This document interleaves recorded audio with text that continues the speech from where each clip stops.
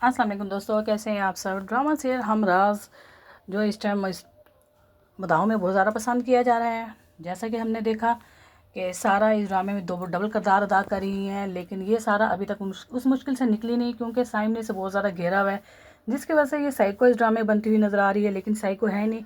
बहुत चीख चीख के अपनी बहन अमारा को, और साइम अपने हस्बैंड को कहती है कि मैं पागल ही हूँ, मुझे साइकिस्ट को दिखाने की ज़रूरत नहीं है। लेकिन साइकिस्ट को दिखाने की ज़रूरत नहीं पड़ी। इसी पागलपन में, इसी परेशानी में प्रेग्नेंट हो गई है। अपनी खुशी को लेकर वो बहुत ज़्यादा खुश थी। घर में जाती है मिठाई लेकर, अपनी सास को और अपने हस्बैंड को कहती है कि मेरे पास आज सरप्राइज़ है। हस्बैंड कहता देख लो, जलील ना करना। साइम कहता, वो कहती नहीं, इस दफ़ा नहीं करूँगी, बिलीव मी। हस्बैंड बहुत ज़्यादा खुश होता है।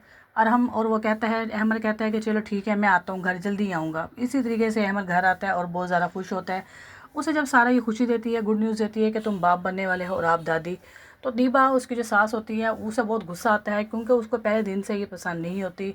इनके मसले मसाइल शुरू से चलते हैं, जिसकी वजह से इसको पसंद नहीं करती। सिर्फ अहमद होता है जो इसको बहुत ज़्यादा पसंद करता है सारा को, जिसकी वजह से ये शादी का रिश्ता अभी तक कायम है। सारा बहुत ज़्यादा खुश होती है बच्चों को लेकर, अहमद भी बहुत ज़्यादा खुश होता है, लेकिन उसकी सास खुश नहीं होती।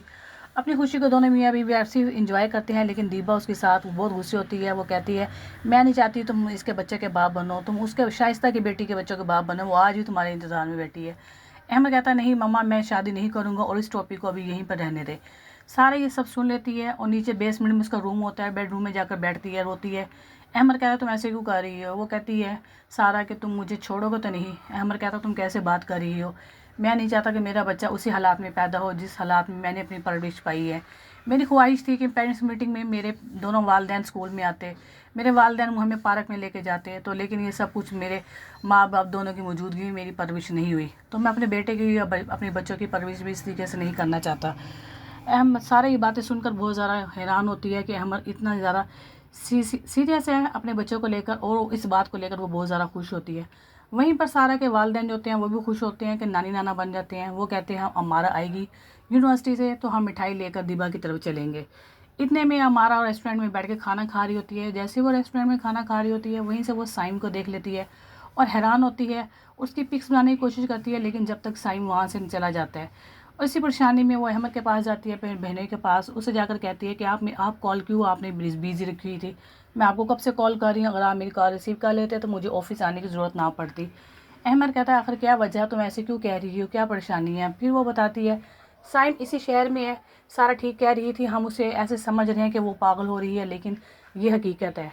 अहमद हैरान हुई था सुन के, लेकिन उसने इस बात को इतना नोटिस नहीं लेता। कहता कोई बात नहीं, इस टाइम पे चीज़ की बात यह है कि ये बात सारा तक ना पहुँचे तो ज़्यादा बेहतर है।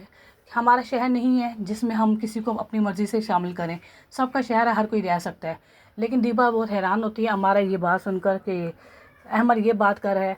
तो इसी तरीके से ड्रामे में जो है अभी तक कोई सीरियस नहीं दिखाया गया।